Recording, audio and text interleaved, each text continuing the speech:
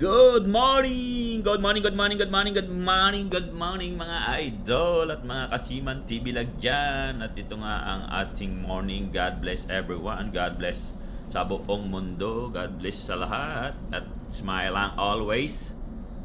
At ito nga pala ay isi-share ko lang yung nakaraan naming US Coast Guard inspection. At maganda ang aming naging performance. At wala kaming deficiency and mga sa engine at saka yung sa dick.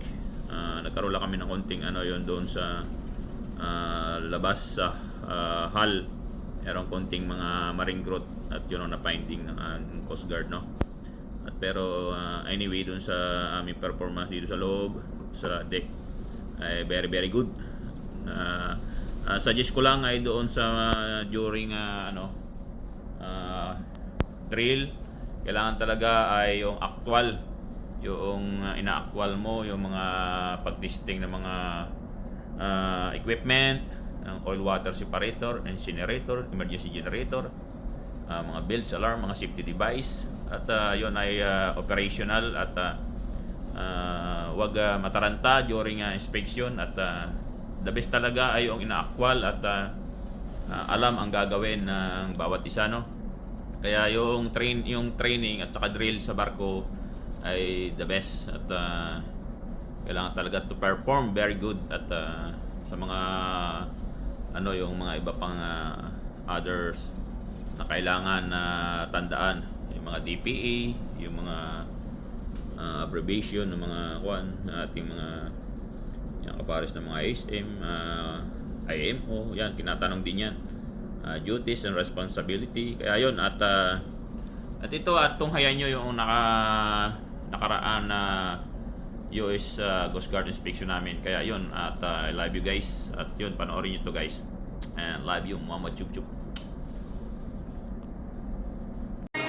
I played it innocent, a feel of discontent. I'm finally facing it all, fearless.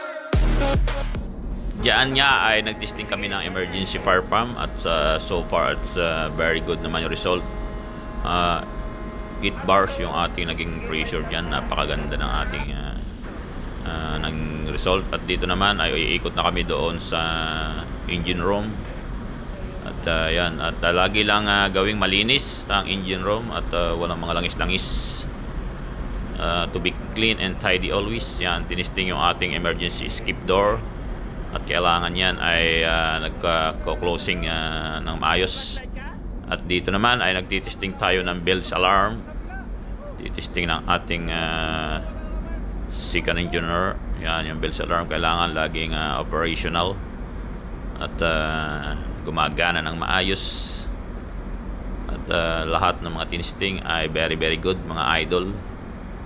Yan, bali sa starboard side yan. Tapos ay tinisting din natin yung port side. At dito naman ay titistingin yung up. Tinisting ng ating first engineer. Yan, talagang susuotin mo yan sa ilalim to perform actually yung ating builds, na talagang ipapakita nyo na gumagana talaga yan. At dito ikot-ikot nga sila ang mga idol natin na US Coast Guard. Silip-silip, tingin-tingin, mga makita na kung ano, basta ang laging clean and neat ang ating engine. Walang mga kung ano-ano dyan na mga nakalagay, mga estupa dyan. At yun nga, po-proceed na ang ating fourth engineer doon sa rescue boat. Mag-i-start siya at kami ay continue dito sa engine. Testing kami ng mga smoke detector, alarm, fire detector. Ikot-ikot ang ating mga idol. At yun, nagtesting na tayo dito ng isang smoke at gumana. At dito ay nagtesting ulit tayo sa may generator at smoke detector ulit. Yan ang ating pang testing device. Ano mo lang yan, tutok doon sa sensor and a few seconds activate na yan. Tapos at dito nga pala ay walang tao sa bridge at nag-alarm ang ating general alarm. At actually at ayos. At yun, takbo sila papunta doon sa bridge kasi yung ibang tao ay nandoon sa labas. at actual na umalarma ang ating general alarm mga idol, at very very good. At takbuhan na ang mga pugi dahil wala nga tao sa bridge, at ikot-ikot pa rin.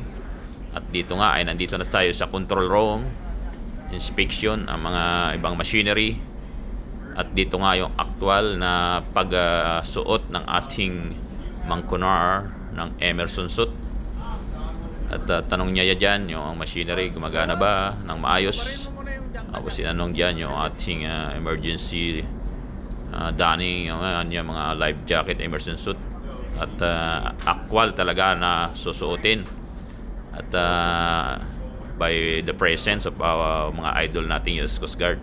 Kailangan talaga dyan ay yun nga, kasi nga inaktwal natin yan, lagi tayo drill at exercise ng mga pagsusuot niyan. Laging chine-check ni third officer yan, ang ating magiting na third officer, yung mga sip niyan, yung mga ilaw, kasi nga ini-inspection nila yan. Kailangan walang damage, walang butas, at kumpleto siya. Pati yung expiration, no, tinignan yan yung expiration date.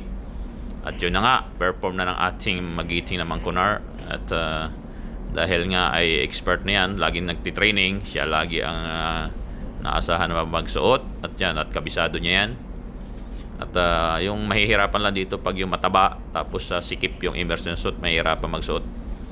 Dito sa kanya, luwag yan, kaya medyo madali siyang magsuot. Yun, minagmamasda ng ating mga idol na US Coast Guard kung paano ang pag-perform.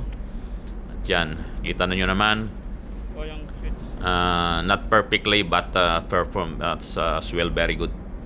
Yan, unahin nyo kung ano yung kamay na hindi siya yung tawag yan, kung kaliwiti ka o kanan ka ba, unahin mo yung kaliwa. Tapos unahin yung hood, din yung zipper, kasi nga hindi mo na masyado mahawakan yan.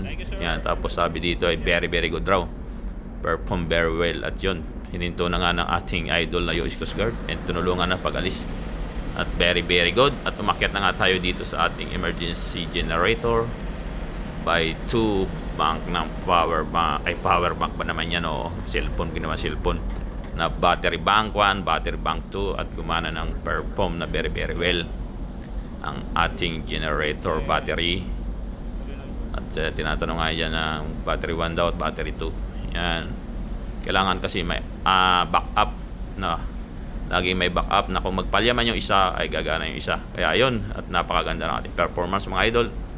At thank you so much sa inyong panonood, at sana may idea kayo at sa magkaroon kayo ng mga inspection sa unmanned sulok ng bansa ay lagi lang kalma at perform very well, at laging alam ang gagawin. Thank you very much and love you, mabuhay, mama, chup chup.